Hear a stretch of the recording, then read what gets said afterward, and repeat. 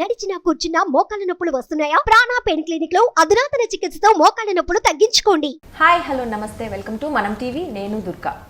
ఆంధ్రప్రదేశ్లో రోజుకో చర్చ జరుగుతుంది, మనందరికీ తెలిసిందే. అయితే తాజాగా జగన్మోహన్ రెడ్డి గారు మా కుటుంబం విడిపోవడానికి కాంగ్రెస్ పార్టీనే కారణం అని ఆయన అనడము, దానికి రిటర్న్ ఆన్సర్ ఇస్తూ మన షర్మిల గారు వచ్చేసి జగన్మోహన్ రెడ్డి గారి వల్లే కుటుంబంలో విభేదాలు తలెత్తుతున్నాయని ఆమె చెప్పడం జరిగింది. అయితే ఇందులో ఏది నిజం? ఈ వివరాలు మనకి తెలియజేయడానికి మనతో ఉన్నారు అంకంరావు గారు. ఆయన అడిగి వివరాలు తెలుసుకున్నాం. నమస్తే సార్. నమస్తే అండి. మనం చూస్తున్నాం, రోజుకో కామెంట్ చేస్తున్నారు. వైసీపీ పార్టీ కానీ కాంగ్రెస్ పార్టీ కానీ పరస్పరం చేసుకుంటున్నారు కామెంట్స్. అయితే ఇప్పుడు హాట్ టాపిక్ ఏంటంటే, జగన్మోహన్ రెడ్డి గారేమో సోనియా గాంధీ రాష్ట్రాన్ని ఎలా విభజించిందో అలాగే మా కుటుంబాన్ని విడదీసి మాకే మొత్తం గొడవలు పెడుతున్నారని ఆయన కామెంట్ చేశారు. దానికి రివర్స్ ఇస్తూ షర్మిల గారు ఏమన్నారంటే, నీ వల్లే కేవలం కుటుంబంలో విభేదాలు తలెత్తుతున్నాయి, నువ్వే కారణం, నువ్వు నన్ను మోసం చేశావు. దీనికి మన అమ్మ విజయమ్మ గారు సాక్ష్యము, కావాలంటే పిల్లల మీద కూడా ప్రమాణం చేసి నేను చెప్పగలుగుతానని ఆవిడ చేయడం జరిగింది. కొంచెం హార్ట్గానే స్పందించారు ఆమె కూడా. అది ఏమంటారు, నిజంగా ఎవరు కారణం అంటారు? ఆంధ్ర రాష్ట్ర ప్రజలకి ఇలా గొడవలు అవసరమా? అంటే ఇక్కడ చర్చ జరుగుతుంది కదండి మొత్తం. అదే అందుకే ఆంధ్ర రాష్ట్ర ప్రజలు కూడా అర్థం చేసుకోవాలని అడుగుతున్నాను నేను. వాళ్ళ కుటుంబ విషయాలు ప్రజలకు ఏమైనా అవసరమా? కుటుంబ విభేదాలు రాజకీయాల దాకా చేరిపోయాయి కదా. అందుకే నేను అంటుంది. ఇప్పుడు ఆయన అన్నాడు, కాంగ్రెస్ పార్టీ ఆంధ్ర రాష్ట్రాన్ని ఎట్లా విభజించిందో మా కుటుంబాన్ని కూడా అట్లా విభజిస్తుంది అని చెప్పని. కుటుంబ పెద్ద తను, తండ్రి లేడు, ఆ కుటుంబానికి పెద్ద. నీ పెద్దకి ఇబ్బంది వచ్చినప్పుడు మా అన్నయ్యకి ఇబ్బంది వచ్చిందని చెప్పని నీకు అండగా ఉంది చెల్లెలు, అలాగే నా బిడ్డకి ఇబ్బంది వచ్చిందని చెప్పి నీకు అండగా ఉన్నటువంటి తల్లి.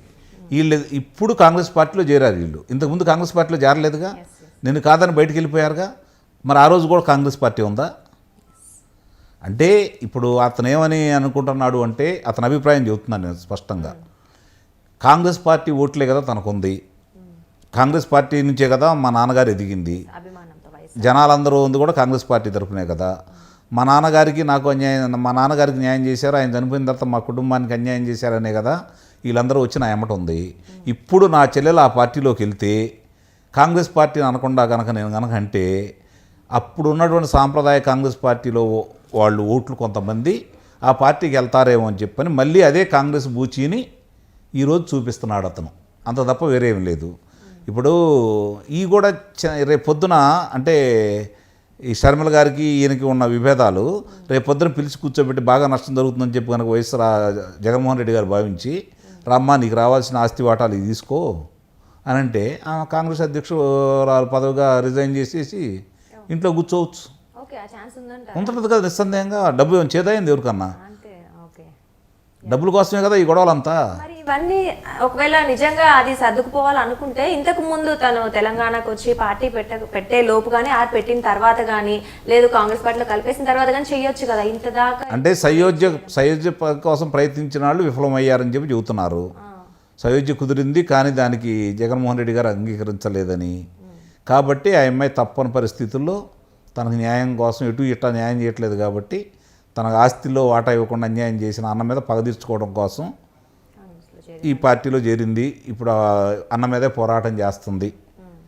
ఇప్పుడు నిస్సందేహంగా తెలుగుదేశం పార్టీ వాళ్ళు చెప్పేదానికంటే, జనసేన పార్టీ వాళ్ళు చెప్పేదానికంటే కూడా షర్మిల గారు జగన్మోహన్ రెడ్డి గారి మీద చెప్తే ఇంకెక్కువ ప్రజలు విశ్వసిస్తారు.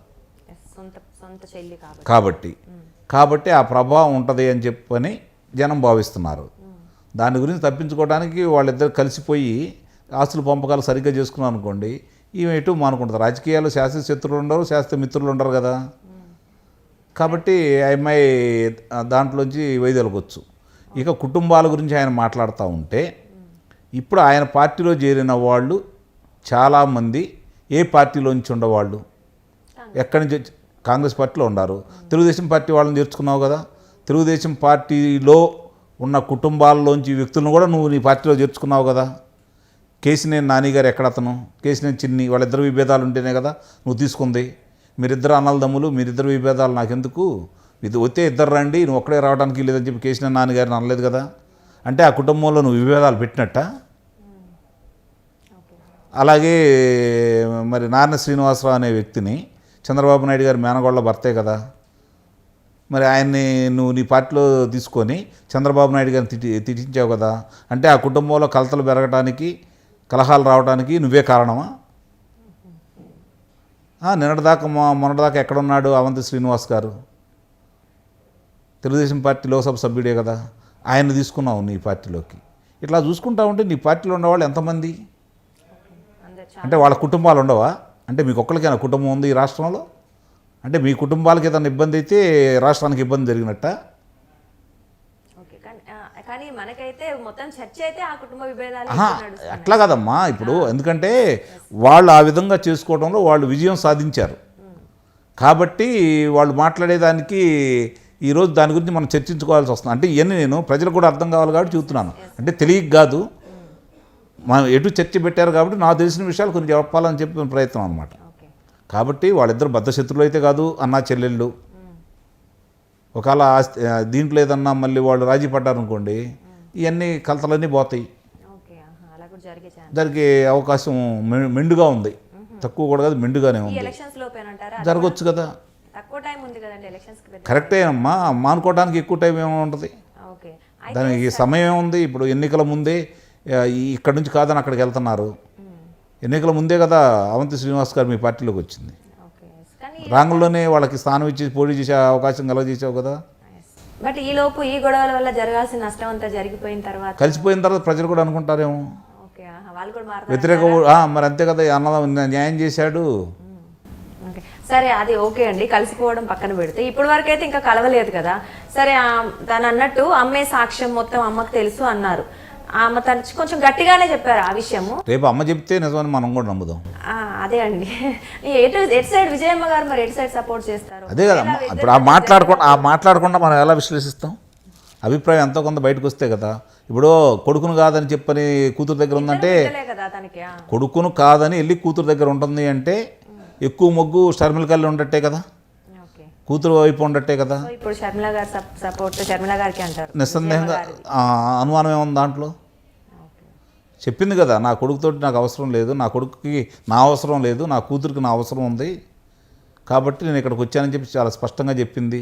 గౌరవాధ్యక్ష పదవి కన్నునీళ్ళ పర్యంతమై వదిలేసింది. మరి ఇవన్నీ ప్రజలు కూడా గమనిస్తున్నారు కదా. ప్రజలు కూడా ఒక అవగాహనకు వచ్చారు కాబట్టి ప్రజలకు కూడా క్షుణ్ణంగా తెలిసి ఏం తెలియని అమాయకులు అయితే కాదు. వాళ్ళు కూడా ఎవరికి ఎప్పుడు అట్టు పెట్టినామో అట్టున్నర పెట్టమని చెప్పని ఆడవాళ్ళ సామెత ఉంది. దాంట్లో వాళ్ళు ప్రజలు కూడా దానికి సరైన సందర్భంలో ఏం చేశారో వాళ్ళకి మేలు జరిగిన వాళ్ళకి మేలు చేస్తారు, కీడు చేసిన వాళ్ళకి కీడు చేస్తారు. అయితే సార్, షర్మిల గారు ఇప్పటికైతే చాలా దూకుడు పెంచారు వైసీపీ పార్టీ మీద. చాలా రోజుకో కామెంట్ చేస్తున్నారు, మనందరికీ తెలిసింది. ఇది పక్కన పెడితే అసలు తన వ్యూహం ఏమై ఉంటుంది అంటే ఏ విధంగా టార్గెట్ గట్టిగా చేశారు ఇప్పటికి మనకు ఆ విషయం తెలుస్తుంది. ఇంకా ఏమేమి వ్యూహాలు ఉండొచ్చు, ఎలాంటి నష్టాలు ఉండొచ్చు వైసీపీకి? అంటే ఒకటి, మగవాడు ఏదన్నా అవతల వాళ్ళ మీద కోపం పెంచుకుంటే మధ్యలో వదిలేయడానికి అవకాశం ఉంటుంది. కానీ ఆడపిల్ల తనకు అన్యాయం జరిగిందని కనుక కక్ష పెడితే అంత చూసిందాక వదిలిపెట్టరు. ఎందుకంటే వాళ్ళకు ఉన్నటువంటి వాళ్ళు చాలామంది అనుకుంటారు మగవాళ్ళు బలవంతులని, కానీ ఆడపిల్ల చాలా శక్తివంతురాలు. కొన్ని నిర్ణయాలు చాలా కఠినంగా ఉంటుంది వాళ్ళకి. ఇప్పుడు మామూలుగా చిన్న ఉదాహరణ అండి, ఒక ఎకరం పొలం వదులుకోవడానికి బాధపడే ప్రజలు, అంటే ఒక 10 లక్షల రూపాయలు 20 లక్షల రూపాయలు విలువ చేసే ఆస్తిని దానికోసం అని చెప్పి న్యాయస్థానాల్లో 20 లక్షలైన ఖర్చు పెట్టేసి న్యాయస్థానంలో గెలవాలని పంతానికి వెళ్తారు. అలాంటిది కొన్ని వేల కోట్ల రూపాయలు వదులుకోవడానికి షర్మిల గారు సిద్ధపడతారా? తనకు అన్యాయం జరిగింది కాబట్టి దాన్ని దృష్టిలో పెట్టుకుంటారు కదా. కాబట్టి తనకింత అన్యాయం చేసిన ఆయనకి న్యాయం ఎందుకు చేయాలి? నా వల్లే కదా అతను మళ్ళీ ముఖ్యమంత్రి కూడా అయ్యటానికి నేను ఒక కారణమే కదా అని చెప్పని ఆమె భావించి ఉండొచ్చు, బలంగా నమ్ముండొచ్చు. ప్రతీకారం కోసం ప్రయత్నం చేసింది ఆమె. ఇప్పుడు ఆమెకున్న ఆలోచన ఒక్కటి, ఆమె కళ్ళ ముందు ఒకటే కనపడుతుంది, నేను ఎటు అన్యాయం చేశాడు నాన్న, నాకు ఆస్తిలో నాకు సరైన న్యాయం చేయలేదు, ఆస్తి పంపకాలు చేయలేదు, నాకు మా తండ్రి ద్వారా లబ్ధి చేకూరిన దాంట్లో నాకు న్యాయం జరగలేదు, కాబట్టి నాకు న్యాయం జరగనప్పుడు ఈయనకి ఎందుకు న్యాయం జరగాల? నా వల్ల ముఖ్యమంత్రి అయ్యాడు, రేపు ఆ ముఖ్యమంత్రి పీఠాన్ని నా వల్లనే దించాలని భావించి ఉండొచ్చు, చూపించాలని ప్రయత్నం చేయొచ్చు. అందుట్లో సందేహం ఏముంది? కాబట్టి ఎట్టి పరిస్థితుల్లో కూడా ఇప్పుడు ఆమె ఎక్కువ పెట్టిన బాణాలన్నీ ఒకనాడు అన్నా వదిలిన బాణం, చెప్పుకుంది ఆమె. ఆయన తిరిగిన ప్రతి చోట అదే చెప్పింది. 2019 ఎన్నికల ఏమో ప్రచారం చేసింది. 2014 ఎన్నికల ముందు ఆగిపోయిన పాదయాత్ర ఆ అమ్మాయి కొనసాగించింది. కాబట్టి వైఎస్ఆర్సీపీ పార్టీలో సింహభాగం విజయంలో ఆమెకు కూడా ఉంటుంది. కాబట్టి ఆమె అలా భావించడంలో తప్పు కాదు, ఆ ప్రయత్నం చేయటం కూడా తప్పు కాదు.